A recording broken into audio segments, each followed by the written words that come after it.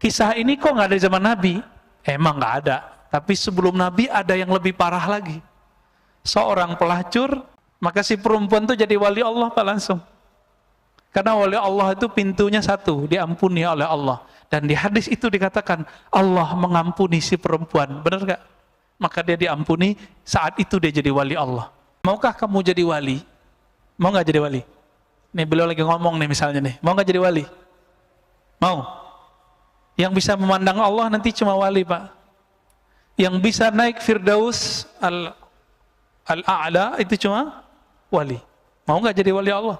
Untuk teman-teman yang menonton kajian ini, jangan lupa bersalawat kepada Nabi kita Rasulullah Muhammad sallallahu alaihi wasallam. Allahumma salli ala Muhammad wa ala ali Muhammad.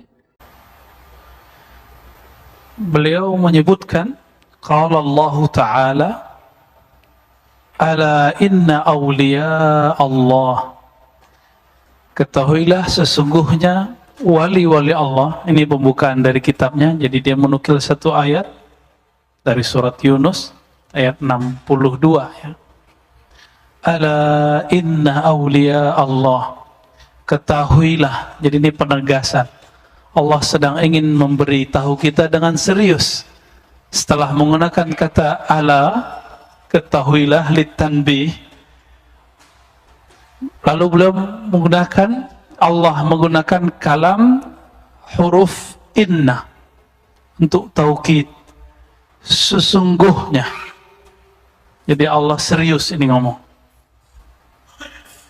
Aulia Allah, wali-wali Allah itu, kekasih-kekasih Allah itu, la khaufun alaihim wala hum yahzanun, tidak ada pada mereka khauf.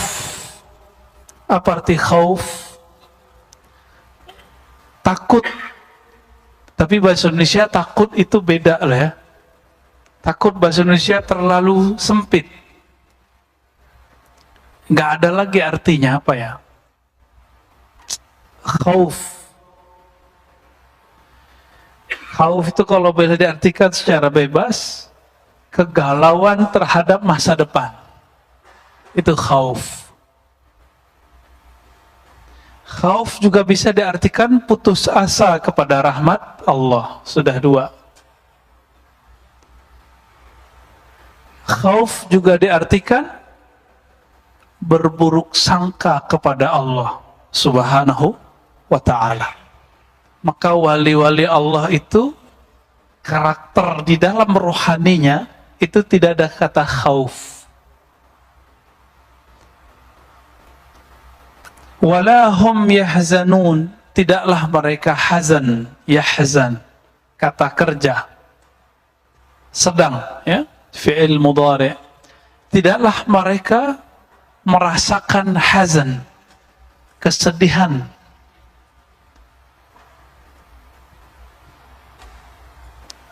Tapi kok mereka suka nangis kalau baca ayat? Kok suka tersentuh? Ternyata tersentuh beda dengan sedih. Benar nggak? Jika ada orang sedih, nangis. Ada orang bahagia, nangis. Maka nangis itu sebenarnya tanda apa? Tanda orang sedih apa tanda orang bahagia? Jadi selama ini kita terjebak dalam alam bawah sadar kita bahwa orang yang sedih itu nangis, padahal tidak mesti sedih itu nangis. Ada orang bersedih nggak nangis, ya malah ketawa-ketawa, nggak jelas ya. Ini tidak ada kaitannya dengan bersedih dengan persoalan duniawi. Mereka yahzanun. Kenapa mereka yahzanun? Ya, kalaupun wali-wali itu sedih, dia sedihnya karena dia lupa satu nafas mengingat Allah Subhanahu wa ta'ala. Tapi kalau cuma sekedar urusan duniawi, betul matanya meleleh, tapi pada hakikatnya di kolbunya ada kepasrahan. Suatu kali Nabi SAW menangis ketika anaknya Sayyidina Ibrahim wafat. Nangis gak? Anak bapak wafat, nangis gak? Guru kita aja wafat kita nangis, anak tetangga aja wafat kita nangis. Masa anak sendiri wafat gak nangis? Maka Nabi menangis. Sahabat bertanya, apa-apaan ini wahai Rasulullah? Sahabat beberapa ternyata berpikir nangis itu meratap. Ternyata tidak semua tangis artinya meratap. Taib.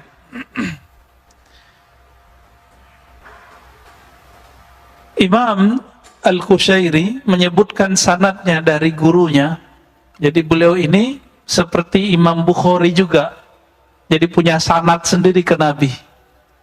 Imam Bukhari menyebutkan sanadnya dari fulan, dari fulan, dari fulan. Beliau juga menyebutkan sanadnya dari gurunya. Akhbarana Hamzah, ya, wa bihi liqala akhbarana Hamzah bin Yusuf As-Sahmi. Dari Ibnu Adi Al-Hafiz, dari Abu Bakar terus sampai kepada Sayyidah Aisyah dengan sanad yang sahih.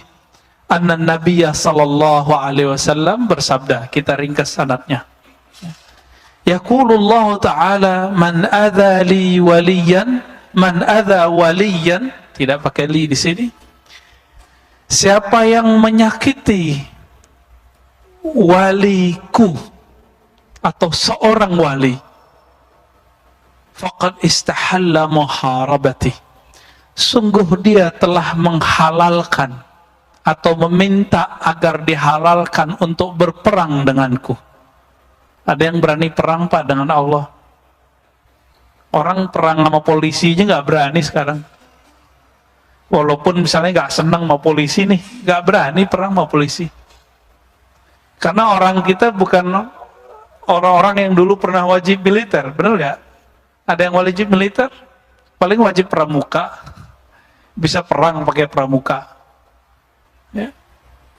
Menyakiti kekasih Allah berarti ngajak perang dengan Allah. Pernah nggak ketemu ketua preman bilang yang nyakitin ente nyakitin aneh gitu? Pernah nggak? Ya sama kira-kira begitu. Allah itu keluar sifat kaharnya, sifat muntaqimnya, intiqamnya. Bukan berarti Allah itu maha preman, bukannya. Tapi maha menjaga kekasih-kekasihnya.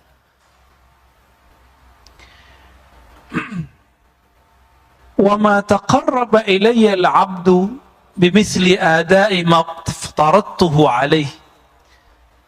Tidaklah ada cara untuk menjadi wali Allah, gitu terjemahan bebasnya. Orang yang disebut wali itu kan yang dekat. Nah, maka tidak ada cara dekat menjadi wali Allah kecuali menjalankan kewajiban-kewajibannya. Itu satu. Maka orang ini disebut dengan wali am, wali yang umum, yang mengamalkan yang wajib dari Allah Subhanahu wa ta'ala. Wa ma yazalu al-'abdu yataqarrabu ilayya bin nawafil hatta uhibbah. Tapi ada wali khas, wali level 2. Jadi wali dibagi 2, Pak. Wali am, wali khas. Ini dalilnya. Ini ada di Sahih Bukhari semakna dengan ini. Tidaklah seorang hambaku mendekatkan diri kepadaku dengan nawafil. Nawafil secara harfiah amalan tambahan. Hatta uhibbahu. Sehingga aku jatuh cinta kepadanya. Sehingga aku mulai menyayanginya. Kalau kita mulai senang dengan seseorang, kita cari-cari nggak dia di sosmed? Bener ya? Antum nyari seseorang di IG, di Facebook, itu normal, berarti udah mulai ada rasa cinta. Tapi juga sama, orang yang dibenci juga begitu biasanya. Mulai kita lirik-lirik ya. Wa ma taraddadtu fi syai'in ana fa'iluhu ka taraddudi fi qabdi ruhi 'abdil mu'min. Nah, sekarang pindah bab. Ketika terjadi sakaratul maut, orang meninggal. Jadi hadis ini sangat relevan sekali dengan zaman kita, masa-masa virus. Tidaklah aku taraddud. Secara harfiah taraddud itu ragu, tapi pada hakikatnya Allah kan maha suci dari keraguan. Ini Allah ingin lagi memberikan empati kepada kita, maka perasaan kita dipinjam istilahnya oleh Allah. Tidaklah aku ragu. Ngapain ragu? Ketika hendak menggenggam, mencabut nyawa hambaku, seperti ragunya aku mencabut nyawa hambaku yang mukmin. Jadi Allah mengizinin malaikat maut untuk cabut nyawa, tapi Allah sendiri kemudian bolak-balik, Pak. Maka si malaikat ini bolak-balik, ketika datang dilihat, ya Rabb, ini hambamu kekasihmu, di kalbunya ada namamu, aku tidak berani menyentuhnya. Balik lagi ke Allah. Kata Allah, ya udah tanya dia kapan dia mau meninggal. Ada yang begitu, Pak. Itu Nabi Adam. Nabi Adam itu sudah dipindahkan 30 tahun umurnya untuk Sayyidina Daud. Ketika sudah dipindahkan, Nabi Adam pertama kali lupa. Datang malaikat maut dalam rupa seseorang.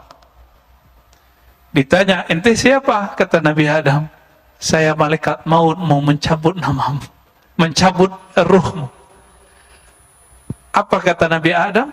Loh, jatah saya masih 30 tahun lagi. Buka buku lagi tuh malaikat maut. Wahai Adam, dulu engkau telah berjanji memberikan 30 tahun umurmu untuk cucumu, yaitu Daud. Jadi ada, Pak, misah mindah-mindahin nyawa itu ada. Sampai sekarang ada itu. Ya, tapi bukan kita orangnya ya. Dia levelnya, kalau sekarang ada nabi nggak? Nggak ada. Maka levelnya sekarang apa? Pewaris nabi. Apakah semua pewaris? Enggak. Hanya pewaris-pewaris yang sempurna, yang bisa mengerjakan itu. Bisa ada yang ngerjain, Pak. Nabi Muhammad salah satunya. Bahkan sebenarnya Nabi Adam, karena keberkahan Nabi Muhammad, maka beliau bisa begitu. Tidak hanya itu, matahari mau terbenam itu ditahan oleh Nabi Shallallahu Alaihi Wasallam. Sayyidina Ali radhiyallahu taala anhu hendak mau sholat. Sholat apa tuh? Sholat asar. Matahari sudah mau terbenam. Mengadu kepada Rasulullah, ya Rasulullah, saya belum sholat asar. Apa kata Rasulullah? Ya Syams, wahai matahari, tahan. Ditahan, Pak. Itu namanya hak jaiz. Maka Nabi punya 4 sifat wajib, 4 sifat mustahil, 1 yang jaiz. Jaiz itu jarang dibahas orang. Apa artinya jaiz? Hak unlimited yang Allah berikan kepada Nabi berupa syafaat di akhirat, mukjizat di dunia. Syafaat di akhirat, mukjizat di dunia. Ada nggak hari ini yang bisa manggil pohon? Nggak ada kan? Itu karena Nabi punya hak jaiz, bisa manggil pohon. Ya nakh ta'ali, wahai pohon kurma, kemarilah engkau. Itu karena Nabi diberikan hak jaiz. Haknya jaiz Nabi unlimited. Beliau mau, sebenarnya beliau nggak mau wafat, bisa, Pak. Tapi beliau memilih kembali kepada Allah Subhanahu wa ta'ala. Baik. Sama ini. Allah Ta'ala itu menyaksikan malaikat mautnya bolak-balik. Sebagaimana Nabi Adam menyaksikan malaikat bolak-balik, ragu juga itu malaikat. Akhirnya datang lagi kepada Allah. Apa kata Allah? Hai malaikat maut, suka-suka Adam, kembalikan saja. Dia maunya berapa lagi? Kembali ke Nabi Adam maunya seperti sebelum diberikan. ke cucunya Nabi Daud. 30 tahunnya masih dijalani lagi. Wallahu ta'ala alam, ya. Kenapa seorang nabi diberi hak jaiz? Ini yang kita sebut mukjizat. Kita sebut mukjizat. Jarang mukjizat ini disebut. Kalau di sekolah nggak ada, Pak, belajar begini. Bahwa Nabi Adam memindahkan 30 tahun umurnya ke Daud. Ada nggak belajar di sekolah? Nggak ada, padahal di Sahih Bukhari ada. Guru-guru agama kita nggak ngupdate, soalnya nggak ngaji Sahih Bukhari, ya. Giliran ngaji Sahih Bukhari nggak pakai sanad, ya nggak sahih pemahamannya. Li'annahu yakrahul maut wa akrah masa'atahu wa labudda lahu minhu. Kenapa seorang mukmin membuat Allah ragu? Ragu tanda kutip, bukan ragu hakiki. Ketika mau dicabut nyawanya, karena si hamba ini masih benci dengan kematian, nggak suka dengan kematian. Itu sebabnya saya pernah ketemu masyaikh saya dulu, ya. Ketika dia mengobati beberapa muridnya yang berbakat, dia bilang, "Ya Rob, jangan sampai ambil muridku." Muridnya udah dioain masih ragu. Akhirnya dia tepuk dada si murid. "Kalau ente mati, saya jemput ruhnya." Ngomong gitu, Pak. Ada guru saya ngomong begitu. "Kalau engkau berpulang ke rahmatullah, saya akan menjemput meminta kepada Allah." Ada wali-wali bisa begitu. Itu kalau matinya masih mati suri. Kalau matinya sudah mati yang sebenarnya hakiki udah nggak bisa. Ya hanya Nabi SAW yang bisa. Atau wali yang bergelar wali Ghaus. Wali Ghaus itu pewaris Nabi. Itu sebabnya Sidi Syekh Abdul Qadir Jilani ketika mendengarkan seorang anak menangisi ayamnya, dia berdoa, benar nggak? "Ya Allah, kembalikan nyawa sang ayam." Hidup ayamnya. Kok bisa? Maka Sidi Syekh Abdul Qadir Jilani secara rohani mewarisi Sayyidina Isa. Hanya wali yang mewarisi Nabi Isa yang bisa ngidupin yang sudah mati. Nabi Isa bisa ngidupin yang mati biiznillah, dengan izin. Apa beda insya Allah dengan iznillah? Sering nyebut biiznillah ya? Apa bedanya? Tahu? Mau dikasih tahu? Main pakai-pakai aja ya. Biiznillah tak?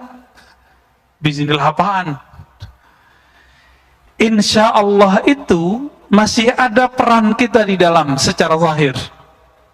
Tapi kalau biiznillah mutlak milik Allah. Coba lihat ayat tentang Nabi Isa menghidupkan mayat. Itu beliau mengatakan biiznillah atau insya Allah? Biiznillah.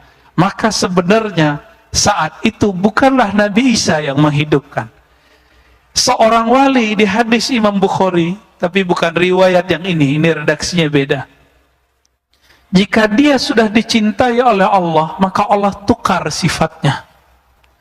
Jika dia berkalam dengan kalam Allah, jika dia berkehendak dengan kehendak Allah, jika dia melihat, mendengar semuanya dengan sifat-sifat Allah. Kira-kira ini wali loh Pak, bukan Nabi. Saat Sayyidina Syekh Abdul Qadir Jilani menghidupkan, meniupkan, itu yang meniupkan saat itu siapa? Allah. Karena sifatnya Syekh Abdul Qadir Jilani sudah tiada. Yang berdiri saat itu hanyalah sifat Allah Subhanahu wa ta'ala. Jadi kalau mau faham karomah, di situ pemahamannya. Kalau tidak begitu, maka namanya bukan karomah. Bisa jadi sihir, bisa jadi yang lain-lain, ya. Walaupun semuanya biiznillah, semua dengan izin Allah. Sihir itu terjadi karena izin Allah. Kok bisa dukun bersihir? Karena dukun diajarkan syaitan dan jin asma. Jadi ternyata jin itu masih punya asma. Apa arti asma? Bukan penyakit asma. Asma, jamak dari isim, artinya nama. Iblis itu dulu namanya Azazil. Azazil ini dulu beribadah dengan menyebut beberapa nama Allah dan berdoa dengan nama itu. Maka Allah panjangkan umurnya. Itu karena dia berdoa dengan nama Allah Subhanahu wa ta'ala. Kalau nama itu dipakai oleh si dukun, maka akan terjadi apa yang terjadi pada mbahnya dukun. Siapa? Azazil. Jadi jangan heran, orang sihir pelet, apalagi teluh, apalagi namanya santet, ya. Nauzubillah, semoga kita jauh dari semua itu. Kita pun nggak punya ilmu apa-apa, Pak, ya. Kita hanya tahu Allah Maha tahu. Kita hanya yakin Allah Maha melindungi. Kita serahkan saja itu kepada Allah Subhanahu wa ta'ala.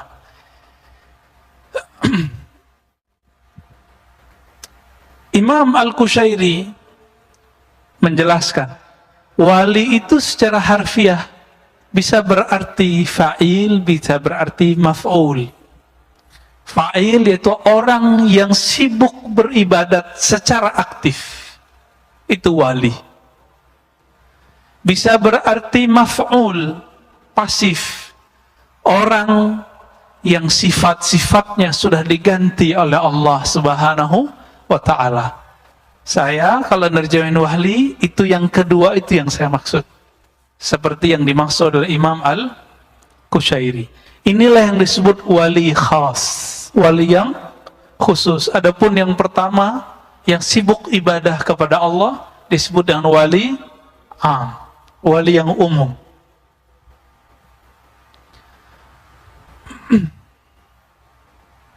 Apakah wali itu mesti seseorang yang terjaga dari dosa? Enggak. Jadi siapa yang meyakini wali terpelihara dari dosa, maksum, maka dia sudah keliru. Akidahnya menyimpang. Seorang wali hanya mahfuz. Qalbunya dijaga Allah, fisiknya belum tentu dijaga Allah Subhanahu wa ta'ala. Sehingga Imam Junaid pernah ditanya, apakah seorang wali bisa bermaksiat? Jawaban beliau, itu kehendak Allah.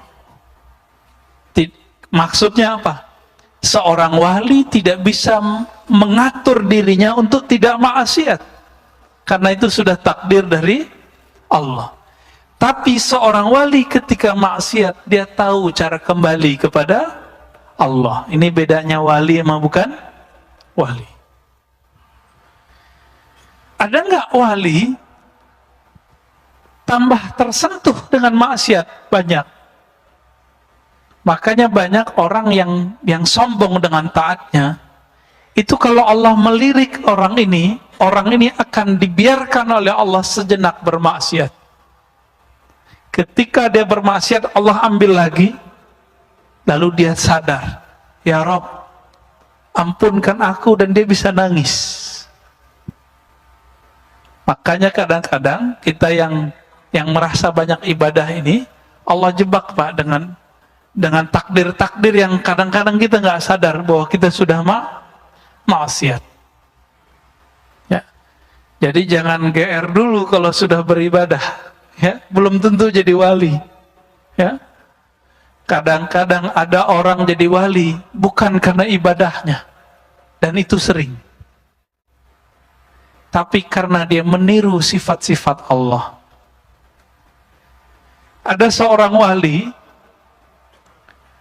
dia pakai kedinginan, Pak, musim dingin, subtropis. Negeri subtropis itu dingin. Hujan turun, berikut dengan saljunya. Tiba-tiba dia melihat ada seekor anjing, itu kedinginan. Bajunya, jubahnya dia buka, kemudian dia selimutkan itu si anjing. Malamnya dia bermimpi, Allah mengangkatnya menjadi wali karena dia menyayangi seekor makhluk Allah Subhanahu wa ta'ala. Kisah ini kok nggak ada zaman Nabi? Emang nggak ada. Tapi sebelum Nabi ada yang lebih parah lagi. Seorang pelacur memberi minum seekor anjing. Sama itu. Maka si perempuan itu jadi wali Allah Pak langsung. Karena wali Allah itu pintunya satu, diampuni oleh Allah. Dan di hadis itu dikatakan Allah mengampuni si perempuan. Benar gak? Maka dia diampuni, saat itu dia jadi wali Allah. Jadi jadi wali Allah itu gampang-gampang susah Pak. Ya, gampang-gampang susah, benar gak?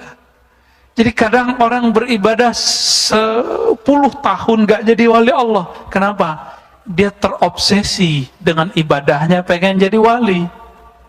Nafsu jadi wali. Padahal tetangganya nggak makan, dia cuek. Ya. Satpam dia bentak. Ya. Cleaning service dia hardik. Orang tempat bekerjanya dia rendahkan. Sholatnya dahsyat, hafal Quran bisa jadi. Inilah yang Nabi katakan. Dia hafal Quran, tapi tidak tembus sampai ke relung dadanya. Makanya hati-hati Pak. Sekarang banyak program tahfiz, benar gak? Itu bagus. Cuma hati-hati. Karena Nabi juga mengabarkan nanti Khawarij, manusia tapi bersifat seperti monster. Mereka hafal Quran, tapi hafalannya tidak tembus sampai ke kalbunya. Kenapa? Mereka mendulukan hafalan, tidak mendulukan iman. Maka saya mengajak kalau masukin anak ke sekolah tahfiz, lihat gurunya. Gurunya mengajarkan akhlak, iman atau tidak. Bersanad kepada Rasulullah atau tidak. Kalau tidak, gak usah Pak. Jangan-jangan ini proyeknya Khawarij. Karena Khawarij ini menjadi komoditi musuh-musuh Islam. Yang buat ISIS siapa Pak? Ya mereka. ISIS itu hafal Quran, baca la ilaha illallah, benderanya la ilaha illallah. Tapi berapa ribu ulama dan umat Islam, bahkan mungkin sudah jutaan, itu mati di tangan mereka. Ya, hafal Quran itu, baca la ilaha illallah itu, kalau nembak pakai takbir, Allahu Akbar. Guru saya, Syekh Taufik Al-Buti, ketika datang ke Indonesia jauh sebelum pandemi, beliau menceritakan bagaimana sedihnya orang-orang di Aleppo. Orang di Aleppo nggak ada urusan Pak sama ISIS, tapi ISIS ingin berlindung di balik masyarakat. Lalu mereka bomlah pusat pembangkit tenaga listrik, lalu kemudian pusat air bersih. 3 bulan tidak ada cahaya, tidak ada listrik, 3 bulan tidak ada air bersih. Dan mereka ngebom itu sambil takbir. Itu takbirnya sampai di mulut, nggak tembus ke kolbu. Kalau nama Allah bertahta di kolbunya, masa dia nggak kasihan sama orang-orang yang tidak minum dan tidak makan itu? Itu yang kita anggap mujahid. Mujahad namanya. Orang jahat itu. Dan jangan biarkan negeri kita dimasuki oleh mereka. Jangan sampai. Jangan biarkan masjid-masjid kita dimasuki, disusupi oleh pemikiran mereka. Ya, kita harus jaga-jaga ini Pak. Maka ini benar-benar harus ahlus sunnah yang moderat. Jangan ngaku-ngaku ahlus sunnah. Bisa gawat nanti. Mereka juga pinjam tuh nama ahlus sunnah. Ya, hati-hati. Kembali ke teks ini. Min syartil wali ayyakuna mahfuzan, kata beliau. Kata Imam Qushairi, syarat kerohanian wali bukanlah maksum seperti Nabi, tapi mahfuz. Kalbunya dijaga oleh Allah Subhanahu wa ta'ala. Inilah perbedaan hakiki antara tasawuf ahlus sunnah dengan Syiah. Orang Syiah meyakini para imamnya maksum. Makanya bagi mereka, saya lagi pesan kitab hadis Syiah ini, pengen meneliti. Dulu cuma dengar kata orang, ya. Dulu cuma punya aplikasinya. Kebetulan ada linknya. Kita mau lihat Pak. para imamnya itu dianggap maksum. Maka bagi orang-orang Syiah, hadis itu bukan kalam Nabi saja, tapi juga kalam para imam. Disebut dengan hadis oleh mereka. Ya. Ada persoalan lain di sini. Ikhtalafu fi anna al-wali hal yajuzu an ya'lam annahu wali am la. Ulama berbeda pendapat, apakah wali mengerti bahwa dirinya wali? Kira-kira gimana, Pak? Jawabnya tadi, wali tadi ada berapa? Wali am, wali khas. Wali am ini banyak. Antum cinta Allah, cinta Rasulullah, percaya kepada Allah, percaya kepada Rasulullah, amalkan yang wajib, kerjakan sunat. Udah menjadi wali Allah yang umum. Mudah toh? Buang kebencian dari kolbu, buang kesombongan dari kolbu. Semua kita punya kelemahan dan aurat, dan semua aib kita punya. Wali yang begini gak sadar kalau dirinya wali.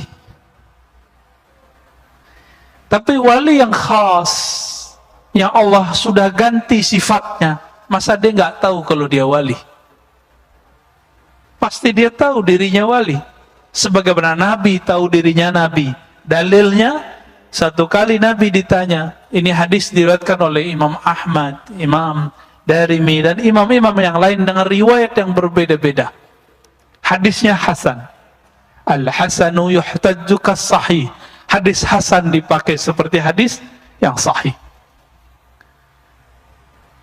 Apa kata Abu Dzar? Ya Rasulullah, di riwayat lain Abu Darda, ya. Kapan engkau tahu bahwa dirimu seorang nabi? Apa jawaban Nabi Muhammad SAW? Ketika ada dua orang bersayap datang, putih-putih, lalu berbicara di depanku, ketika aku sedang bermain dengan anaknya Halimah Sa'diyah.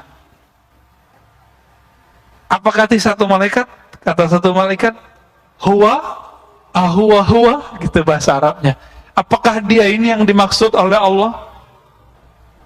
Kata malaikat satu lagi, iya. Yang satu lagi ini Jibril.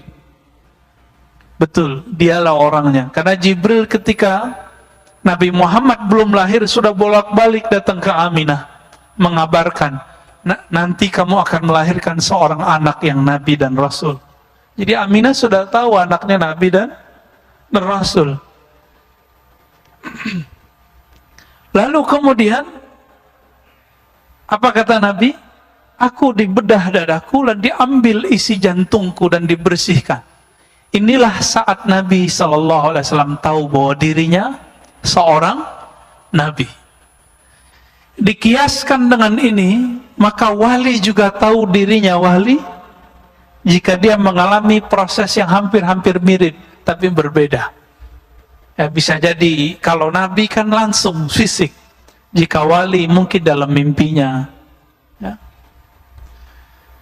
Ada orang jadi wali bukan dengan banyak sholat tadi Pak, atau banyak baca kitab. Karena banyak yang baca kitab malah jadi takut jadi wali. Ya, dikira wali itu gila, dikira wali itu majzub, karena kabar-kabar yang dia dapat wali itu aneh-aneh. Padahal wali itu, wali yang khas ini dibagi lagi. Di antara wali yang khas itu, ada yang hanya tahu bahwa dirinya wali, yaitu Allah dan dirinya. Berdua aja. Wali yang khas tadi.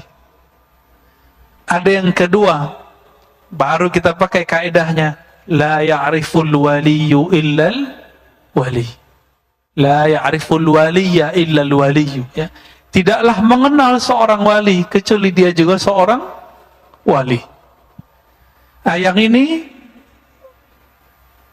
jumlahnya juga tidak banyak.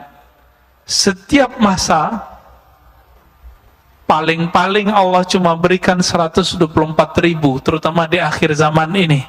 Sejumlah dengan jumlah sahabat, sejumlah dengan jumlah para nabi. Berapa jumlahnya? Jumlah umat manusia berapa? 7 miliar ada. 124.000 kita jadiin aja 100.000. Berapa persen dari 7 miliar? Berapa persen, Pak? Dikit apa banyak? 0, ya. Berarti yang dari kekasih Allah cuma 0, sekian. Maka kita nggak boleh GR juga, Pak, kita wali apa bukan? Ya. Dan wali tidak diangkat oleh jamaah, ingat. Wali tidak diangkat oleh murid. Wali diangkat oleh Allah, oleh Rasulullah, atau wali di zamannya. Itu yang angkat wali Allah, ya.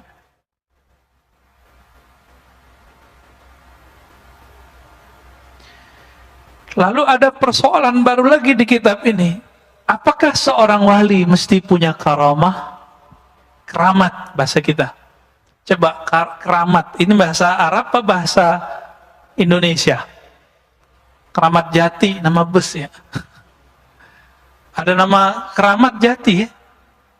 Di Jakarta Timur ya. Keramat, karamah. Apa arti karamah? Dari kata karam.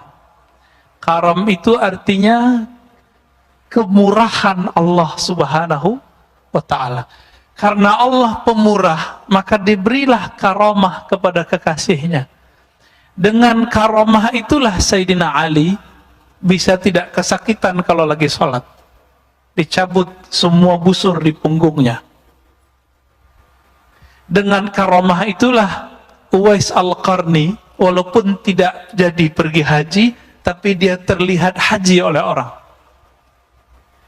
Dengan karamah itulah Uwais Al-Qarni mengenal orang yang belum pernah bertemu dia, dan dia tahu namanya siapa. Uwais Al-Qarni, Salman Al-Farisi, itu ilmunya sama. Ketemu seseorang, dia tahu namanya, Pak. Orang ini nanya, bimaza ta'rifni? Dengan cara apa engkau mengenalku? Kita kan nggak pernah ketemu, kan dulu nggak ada Facebook, Pak. Jadi sebelum ketemu kan nggak bisa dicek, nggak ada IG dulu. Terus bagaimana? Jawaban Uwais, jawaban Salman Al-Farisi. Arafat ruhi ruhak. Ruhku mengenal ruhmu. Jadi itu nama ruh. Maka ruh kita ada namanya. Yang sekarang itu baru nama fisik, dikasih oleh bapak kita atau guru kita. Nama itu berguna untuk di dunia, untuk nikah, untuk sekolah, untuk keluar negeri, namanya harus nambah tiga kata, bener. Jadi kita keluar negeri aja nama kita harus nambah. Kalau mau ngajar di kampus, bisa nggak S1? Nggak bisa, harus nambah nama depan, DR.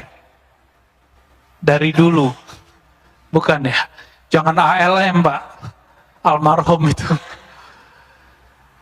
harus nambah nama, doktor. Kok bisa? Jadi jika di dunia ngajar di kampus berkelas harus ada DR-nya, maka wali-wali itu dia diangkat juga. Saya mau tanya, dokter diangkat nggak? Dokter diangkat, Pak? Nggak pernah dokter sih, Pak, ya. S1 dia diwisuda nggak? Itulah pengangkatan sarjana. Magister diwisuda nggak? Maka dokter juga diwisuda. Wisuda itu disebut tansik. Jika wali disebut tansikul walayah, peresmian, pengangkatan wali. Ada wali yang menyaksikan dirinya seperti Nabi diperjalankan. Ini kan kebetulan kita lagi Isra wal Mi'raj, ya. Saya ngomong kebetulan bukan kebetulan bahasa Indonesia, tapi kebetulan bahasa lisan. Ya. Nanti jadi problem lagi sama ahli akidah, ya. Nabi Muhammad SAW, kesempurnaan beliau mutlak itu ketika beliau diperjalankan dengan fisiknya dari tanah haram ke Al-Quds, dan kemudian naik ke arasy Allah Subhanahu tabaraka wa ta'ala. Sama, wali itu juga diangkat Pak nanti. Diangkat oleh Allah. Dihadiri wali-wali Allah. Secara rohani, ada yang secara fisik. Begitu. Ya. Maka jangan wali-walikan orang lewat Facebook ya, atau lewat YouTube. Jangan. Nggak perlu Pak. Wali ngangkat Allah subhanahu wa ta'ala. Apakah mesti dia punya karamah? Enggak, yang mesti dia punya istiqamah. Jadi syarat wajib seorang wali adalah al-istiqamah. Maka kesempurnaan wali Allah, kekasih Allah bukan pada karamahnya, tapi kesempurnaannya pada istiqamahnya. Ya. Jadi mulai hari ini, malam ini, jangan memburu kesaktian Pak. Kalau memburu kesaktian nanti ketemunya dukun sama tukang silat, jawara, banyak Pak di luar. Debus banyak di luar. Tapi tahu sendiri kalau udah belajar ilmu begitu, pasti mengabdikan sebagian dirinya kepada selain Allah. Kita dengar teman kita ada yang makan beling, ya. Makan apa tuh? Besi, logam, biar sakti. Ntar kalau mati gimana tuh Pak? Ya, ada yang memelihara khadam. Hati-hati Pak, nanti meninggalnya susah. Kita sudah menyaksikan beberapa teman-teman kita belajar thariqah sufinya banyak. Zikirnya mungkin sudah ratusan juta kali. Tapi dia menyimpan satu ilmu buruk dalam dirinya. Ilmu debus. Ilmu debus ini kan ada dua. Ada yang lewat jalur aulia Allah, namanya karamah.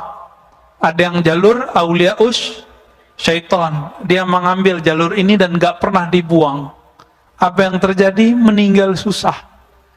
Orang sakaratul maut terlihat 5 menit Pak, tapi itu bagi dia mungkin sudah 50.000 tahun rasanya.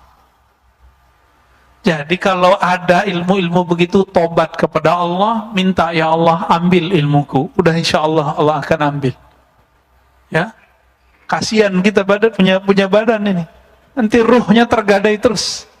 Na'udzubillah min dzalik.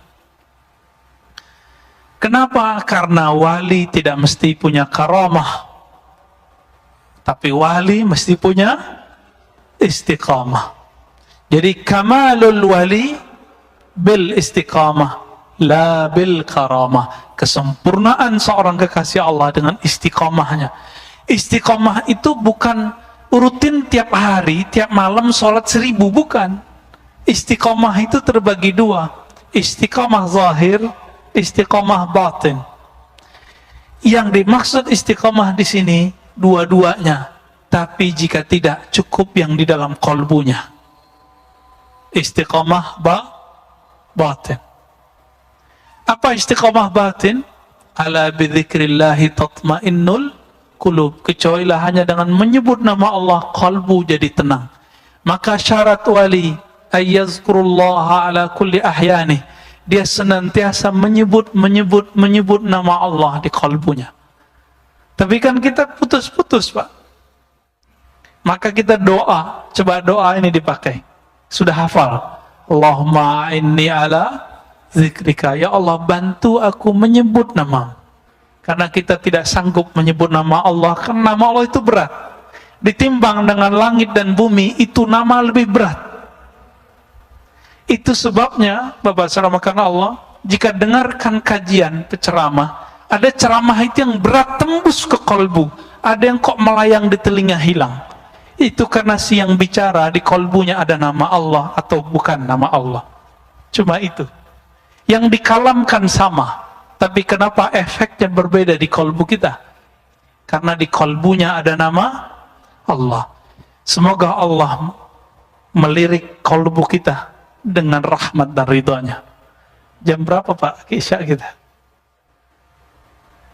Ini pakai peraturan baru Pak yang lama nih? Ada tanya jawab?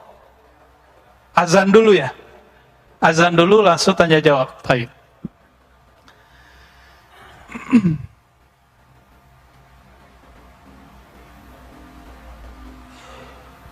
Imam Ibrahim ibn Adham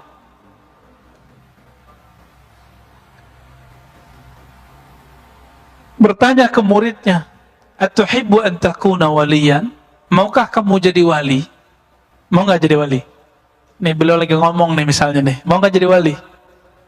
Mau. Yang bisa memandang Allah nanti cuma wali, Pak. Yang bisa naik Firdaus al-A'la itu cuma wali. Mau nggak jadi wali Allah? Jadi jangan takut jadi wali, antum nggak akan gila. Yang antum dengar itu wali kok kayak orang gila, itu bukan gila, namanya majzub. Itu bukan gila, Pak, ya. Lalu kemudian orang itu menjawab, "Na'am." Apa kata beliau? Nah, kata beliau ini kita dengarkan setelah azan, ya. Ketika beliau bertanya ke muridnya, "Adakah engkau pengen jadi kekasih Allah? Pengen jadi wali Allah?" Kata si muridnya, "Na'am." "Tentu wahai Tuan Guru." Maka beliau memberikan jalan. Apa jalannya? Yang jalan itulah yang ditempuh oleh Imam Ibrahim ibn Adham. Yang pertama, la targhab fi syai'in minad dunya wal akhirah. Wali sama orang soleh beda, Pak. Soleh di bawahnya wali. La targhab. Janganlah engkau terobsesi untuk mendapatkan kebahagiaan di dunia, pahala di dunia, juga balasan di akhirat. Ini wali, Pak. Jadi wali, sebenarnya jika Allah tidak menyuruhnya untuk merindui surga, dia tidak perlu merindukan surga. Jika Allah tidak memerintahkannya takut ke neraka, dia tidak akan takut kepada neraka. Ini wali. Maka zuhudnya seorang wali itu anid dunya wal akhirah. Dari dunia, dari akhirat. Bukan berarti mereka orang miskin, bukan. Ya, bukan berarti mereka melarat, bukan. Enggak ada urusannya, itu urusan kolbu. Di kolbunya tidak ada nyangkut nama selain Allah Subhanahu wa ta'ala.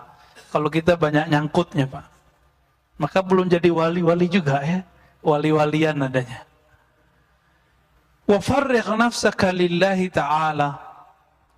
Lalu fokuskanlah dirimu menghadap Allah Ta'ala. Wa akhbil wajhaka alaihi liyuqbila alaika biwajhi. Hendaklah engkau menghadap dengan wajah batinmu kepada Allah, sehingga Allah menghadap kepada engkau. Ya, itu kata beliau. Jadi Imam Ibrahim bin Adham, thariqahnya adalah thariqah zuhud. Tapi zuhud bukan hanya zuhud dunia, juga zuhud akhirat. Banyak orang suka umroh, suka haji, suka tahajud, tapi selalu terobsesi sama dirinya supaya bisnisnya lancar. Benar nggak? Saya sedekah supaya nanti Allah balas. Ya, thariqah matre. Ya, boleh nggak? Boleh. Cuma nggak bisa jadi wali, hanya bisa jadi orang soleh.